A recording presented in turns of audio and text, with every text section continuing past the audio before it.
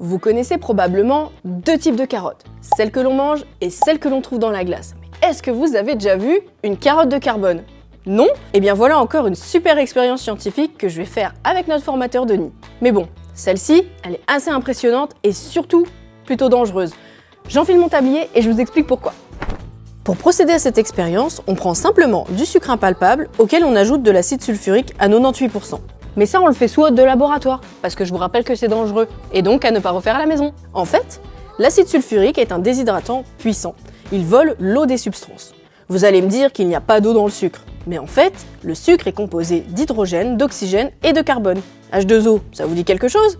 Eh bien, quand le sucre et l'acide sulfurique se rencontrent, l'acide arrache l'hydrogène et l'oxygène pour fabriquer de l'eau et il ne reste que le carbone. D'ailleurs, avant en science, on appelait les sucres hydrates de carbone. Comme la réaction est très rapide et dégage énormément de chaleur, le carbone se transforme en une masse noire qui gonfle et sort du récipient.